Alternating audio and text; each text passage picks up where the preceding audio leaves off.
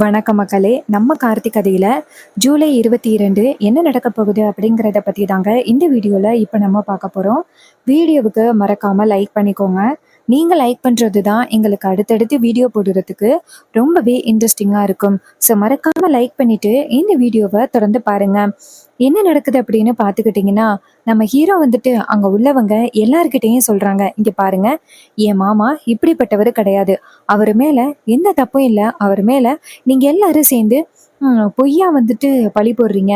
இந்த லேடி சொல்றது எதுவுமே உண்மை இல்ல அப்படிங்கிறத நான் கண்டிப்பா நிரூபிக்கிறேன். எனக்கு கொஞ்சம் மட்டும் டைம் குடுங்க அப்படின்னு ஹீரோ கேட்குறாரு. ஊர் தலைவர் சொல்றாரு, தம்பி, கண்டிப்பா தம்பி. நாளைக்கு காலையில 10 to 11 நல்ல நேரமா இருக்கு. நீங்க உண்மைய நிரூபிச்சிட்டீங்க அப்படின்னா, அந்த நேரத்திலேயே கும்பாபிஷேகத்தோட பூஜைகள பார்த்துக்கலாம் அப்படின்னு. அப்ப ஹீரோ சொல்றாரு, ரொம்ப நன்றி ஐயா. நான் சொன்னதோட நீங்க சரின்னு சொன்னதுக்கு. அதுக்கு சிவனாண்டி சொல்றாரு, இங்க பாருப்பா, நல்லா ஞாபகம் வச்சுக்கோ. ஒருவேளை உன் மாமன் எந்த தப்பும் பண்ணல அப்படின்னு உன்னால நிரூபிக்க முடியல அப்படின்னா கோவில் பூஜையிலேருந்து விலகிக்கணும். ஊர் தலைவர்களே, நல்லா காதுல வாங்கிக்கிடுங்க. இந்த கோவிலோட பூஜைய நீங்க என் கையில தான் ஒப்படைக்கணும் அப்படின்னு. இதை கேட்டதும் ஊர் தலைவர்கள் சொல்றாங்க, இங்க பாரு சிவனாண்டி, உன் இஷ்டத்துக்கு நீ கேட்டியன்னா எல்லா பொறுப்புகளையும் உன் கையில நாங்க எப்படி ஒப்படைப்போம்? அப்ப சிவனாண்டி சொல்றாரு, இதோ நிக்கிறானே இந்த ராஜா எவ்வளோ பெரிய தப்பு பண்ணியிருக்காரு. ஏதோ ஒரு லேடிய வச்சிருக்காரு. அவருக்கே இந்த கோயில் பூஜையை ஒப்படைக்கிறதுக்கு நீங்க எல்லாரும் சந்தோஷப்படுறீங்களே. என் மேல எந்த தப்புமே இல்லை. என் பொண்டாட்டி என்னை விட்டு போனாலும் அவளை நினைச்சுக்கிட்டே இருக்கேன். ஸோ நான் வந்து தப்பு பண்ணவன் கிடையாது. எனக்கு நீங்க பொறுப்பை ஒப்படைக்கலாம் அப்படின்னு. அப்ப ஹீரோ சொல்றாரு, இங்க பாருங்க ஒரு தலைவரே, நாளைக்கு 10 to 11 வரைக்கும் டைம் இருக்கு.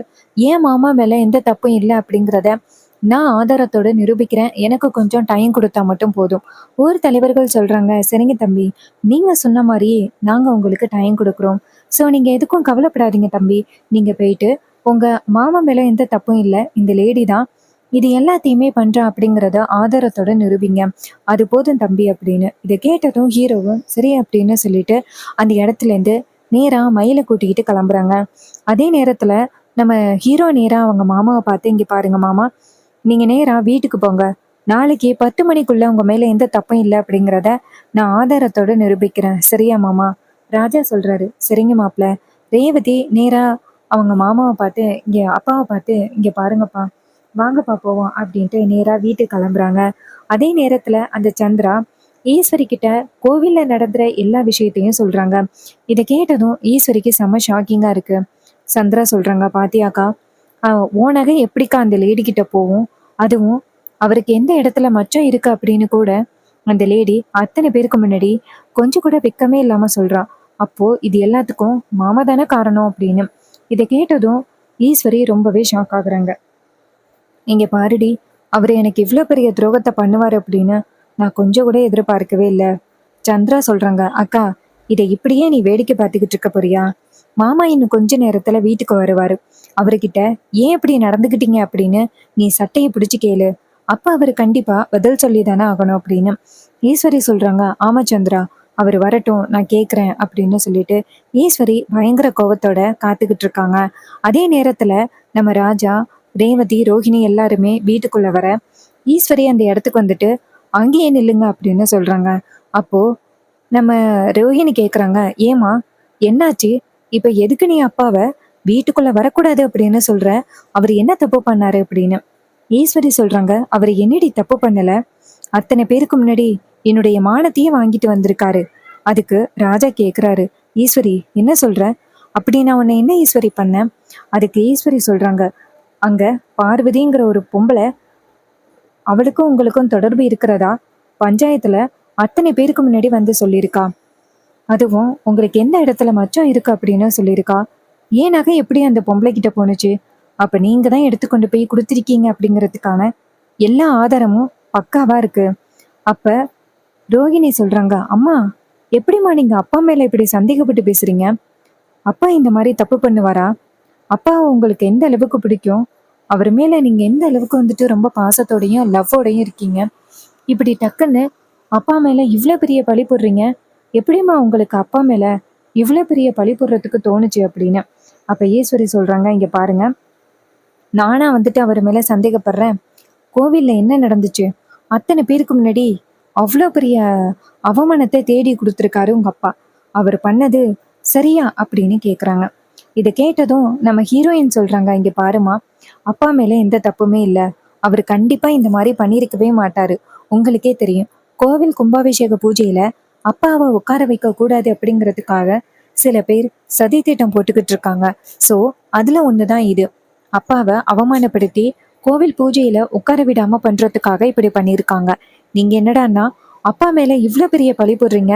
நீங்க பேசுறது கொஞ்சம் கூட நியாயமே இல்லம்மா அப்படின்னு. அதுக்கு ஈஸ்வரி சொல்றாங்க, இங்க பாருங்க, இவர் எனக்கு துரோகம் பண்ணியிருக்காரு. இவர் முகத்துல முழிக்கிறதுக்கு எனக்கு கொஞ்சம் கூட விருப்பமே இல்லை. இத்தனை வருஷமா இருந்துட்டு எனக்கு இவ்வளவு பெரிய துரோகத்தை இவர் பண்ணுவார் அப்படின்னு நான் கொஞ்சம் கூட எதிர்பார்க்கவே இல்லை. மனசுக்கு ரொம்பவே வேதனையா இருக்கு அப்படின்னு. ராஜா ஈஸ்வரியை பார்த்து, ஈஸ்வரி, என்ன பார்த்து சொல்லி ஈஸ்வரி, நான் உனக்கு துரோகம் பண்ணியிருப்பேனா? நான் உன்னோட புருஷன். உன்னை தவிர்த்து நான் வேற யாரையுமே இது வரைக்கும் பார்த்ததே கிடையாது. 30 வருஷமா உனக்கு நான் நேர்மையா இருக்கேன். என்ன ஈஸ்வரி, டக்குன்னு என் மேல நீ இவ்வளோ பெரிய பழிய சுமத்தி இருக்க.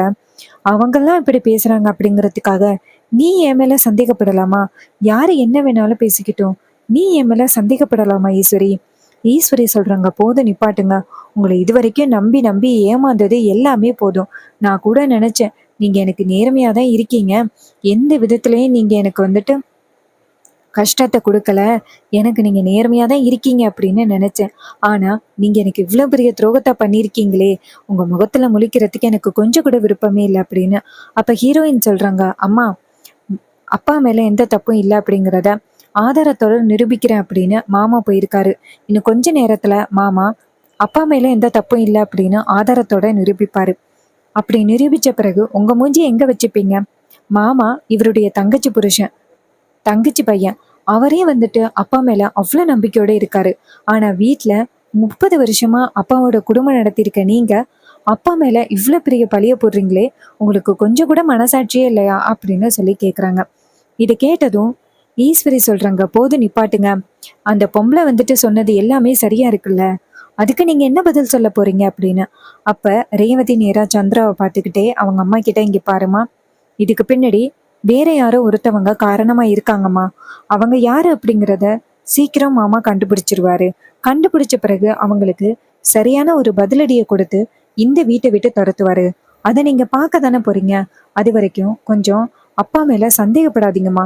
ஏற்கனவே அப்பா மனசு உடைஞ்சு போய் வீட்டுக்கு வந்திருக்காரு. அவருக்கு மேலும் மேலும் இந்த மாதிரி கஷ்டத்தை கொடுத்து தயவு செஞ்சு அவரை கஷ்டப்படாதீங்கம்மா. தயவு செஞ்சு சொல்றது கேளுங்கம்மா அப்படின்னு. உடனே ஈஸ்வரி சொல்றாங்க, இங்க பாரு, இவர் மேல பழி சுமத்துனது எல்லாமே உண்மை அப்படின்னு சொல்லிட்டு இவரை இதுக்கு மேல நான் நேருக்கு நேரா பார்த்து பேச மாட்டேன். இவரு முகத்துல முழிக்கிறதுக்கு எனக்கு கொஞ்சம் கூட பிடிக்கவே இல்லை அப்படின்னு சொல்லிட்டு ஈஸ்வரி அந்த இடத்துல இருந்து போறாங்க. இதை பார்த்துட்டு நம்ம ராஜா வந்துட்டு ரொம்ப உடஞ்சு போய் கீழே உட்கார்றாரு. ஈஸ்வரியே என் மேல சந்தேகப்பட்டுட்டாலே, இதுக்கப்புறம் நான் ஏன் இங்க இருக்கணும் அப்படின்னு. அப்ப ரோகு அவங்க அப்பாவை பார்த்து, அப்பப்பா, என்னப்பா இப்படி பேசுறீங்க? அம்மா வந்துட்டு சந்தர்ப்பங்களையும் சாட்சிகளையும் வச்சுதான் அம்மா இப்படி பேசுறாங்க. உங்க மேல அம்மா இன்னைக்கு சந்தேகப்பட மாட்டாங்கப்பா. இங்க பாருங்க, நாளை காலையில 10 மணிக்குள்ள அதான் கார்த்தி உண்மையை நிரூபிக்கிறேன் அப்படின்னு சொல்லியிருக்காரே, இனிமே நீங்க எதுக்குப்பா பயப்படணும்? நீங்க கவலைப்படாதீங்க. அப்ப ஹீரோயின் சொல்றாங்க, ஆமாப்பா, மாமா கண்டிப்பா உங்க மேல எந்த தப்பும் இல்லை அப்படிங்கிறத ஆதாரத்தோட நிரூபிக்கிறேன் அப்படின்னு சொல்லியிருக்காரு. இதுக்கப்புறமும் நீங்க ஏன்ப்பா பயப்படணும்? நீங்க கவலைப்படாதீங்கப்பா அப்படின்னு. உடனே ராஜா சொல்றாரு, மாப்பிள்ளை மட்டும் என் மேல எந்த தப்பும் இல்லை அப்படின்னு நிரூபிக்கல அப்படின்னா நான் ஏன் இந்த உலகத்துல இருக்கணும் அப்படின்னு சொல்லிட்டு அவரு ரொம்பவே கவலையோட சோகத்தோட அவரோட ரூமுக்கு போறாரு. இத பார்த்துட்டு ரோகு சொல்றாங்க, பாத்தியாடி அம்மா எப்படி பேசிட்டு போறாங்க அப்படின்னு. அப்பா எந்த அளவுக்கு அவங்களுக்கு நேர்மையோட இருக்காங்க, ஆனா இப்படி ஆகிட்டே. கண்டிப்பா இதுக்கு காரணம் சித்தியா தான் இருக்கணும். அவங்கதான் வந்துட்டு அம்மா கிட்ட கண்டதையும் சொல்லி வீட்டுக்குள்ள வரத்துக்குள்ள இப்படி பெரிய பிரச்சனையை உண்டாக்கி வச்சிருக்காங்க. அதுக்கு நம்ம ஹீரோயின் சொல்றாங்க, ஆமாக்கா, கண்டிப்பா இது சித்தியோட வேலையா தான் இருக்கும். நான் சித்தி கிட்ட போய் என்னன்னு கேக்குறேன் அப்படின்னு.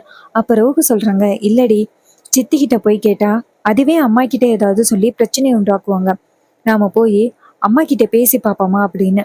அப்ப சந்திரா அந்த இடத்துக்கு வராங்க. வந்துட்டு, என்னடி ஒரே டிஸ்கஷன் பண்ணிக்கிட்டு இருக்கீங்க? அதுக்கு ரோகு சொல்றாங்க, சித்தி, ஏன் சித்தி கோவில்ல நடந்ததை அப்படியே அம்மா கிட்ட ஏன் சித்தி சொல்றீங்க? கொஞ்சம் கூட யோசிக்க மாட்டீங்களா என்ன ஏது அப்படின்னு? அதுக்கு வில்லி சொல்றாங்க, இங்க பாருங்கடி, அங்க நடந்ததை தானே அக்கா கிட்ட சொன்னேன். நான் ஏதோ மாத்தி சொன்ன மாதிரி என்கிட்ட சண்டைக்கு வரீங்க. இங்க பாருங்க, அங்க உங்க அப்பா யாரையோ வச்சிருந்தாரு அப்படின்னு பஞ்சாயத்து நடந்திருக்கு. அத போய் உங்க அப்பா கிட்ட கேக்குறத விட்டுட்டு என்கிட்ட வந்து மல்லு கட்டிக்கிட்டு நிக்கிறீங்க.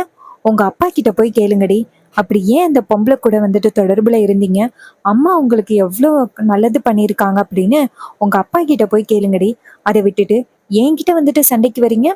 இதை கேட்டதும் நம்ம ரேவதி சொல்றாங்க, இங்க பாருங்க சித்தி, நீங்க பேசுறது கொஞ்சம் கூட வரமுறை இல்லாம பேசுறீங்க.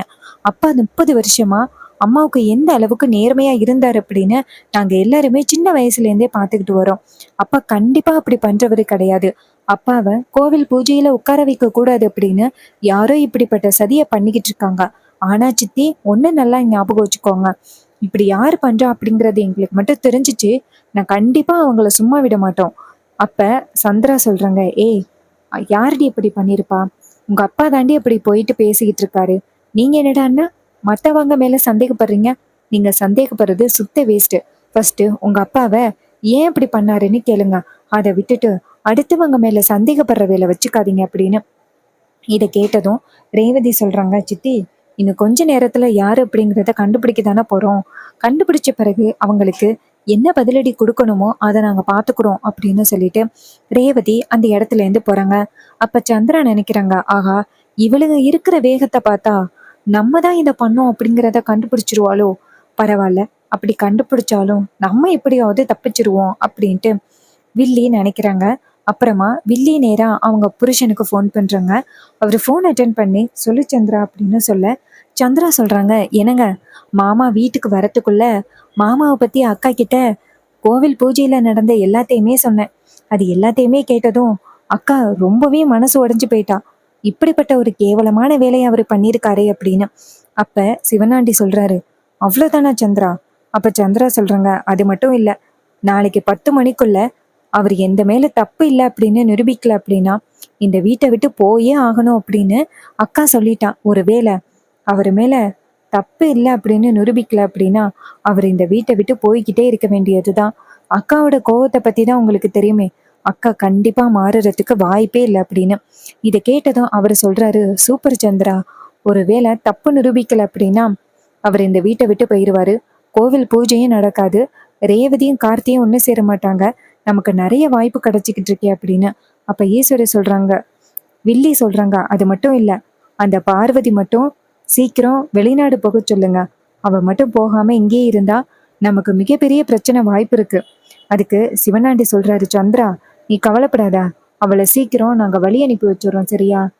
சந்திரா சொல்றாங்க, சரிங்க.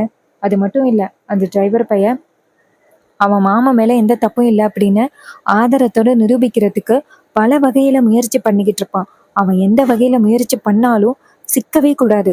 அதுக்கு நீங்க மாஸ்டர் பிளான் பண்ணியிருக்கணும். இதை கேட்டதும் அவரை சொல்றாரு, சந்திரா, நீ கவலைப்படாத, எல்லாத்தையும் நான் பாத்துக்கிறேன். எப்படியும் அவன் உண்மையை நிரூபிக்க முடியாது அப்படின்னு. இதை கேட்டதும் வில்லியும், சரிங்க, நான் ரொம்ப நேரம் உங்ககிட்ட பேசல. உங்ககிட்ட பேசணும் அப்படின்னா யாராவது நான் பேசுறத கேட்டு போட்டு கொடுக்கறதுக்கு நிறைய வாய்ப்பு இருக்கு. ஸோ எதுக்கும் நீங்க பாதுகாப்பா இருங்க அப்படின்னு. இதை கேட்டதும் அவரும் சரி அப்படின்னு சொல்லிட்டு போனை கட் பண்றாரு. இன்னொரு பக்கம் சந்திரா வந்துட்டு ஈஸ்வரிய அதையும் இதையும் சொல்லி ராஜா மேல பயங்கரமான கோவத்தை உண்டாக்கிட்டாங்க. இன்னொரு பக்கம் ரேவதி அவங்க அப்பா மேல இவ்வளோ பெரிய பழி விழுந்துட்டே அப்படின்னு ரொம்பவே சோகத்துல இருக்காங்க அவங்க குடும்பமே. ராஜாவுக்கும் மனசுக்கு ரொம்பவே கஷ்டமா இருக்கு, தான் மேல இவ்வளோ பெரிய பழி விழுந்திருக்கே அப்படின்னு. இது எல்லாத்தையுமே நம்ம ஹீரோ சமாளிச்சு எப்படி மாமா மேல எந்த தப்பும் இல்லை அப்படிங்கறத நிரூபிக்க போறாரு அப்படிங்கிறது தான் அப்கமிங் எபிசோடுல நடக்க போற ட்விஸ்ட் அண்ட் டர்ன்ஸ் எல்லாமே. ஸோ இதே மாதிரி இனிமே அப்டேட்ஸ் வேணும் அப்படின்னு நினைச்சீங்கன்னா நம்ம சேனலை மறக்காம சப்ஸ்கிரைப் பண்ணிட்டு பக்கத்துல உள்ள பெல் ஐக்கானையும் கிளிக் பண்ணி ஆல்னு செட் பண்ணிக்கோங்க. அப்பதாங்க அடுத்தடுத்து வீடியோஸ் போடும் பொழுது உங்களுக்கு நோட்டிஃபிகேஷன் வரும் பார்க்கலாம். தேங்க்யூ ஃபார் வாட்சிங். See you on next video.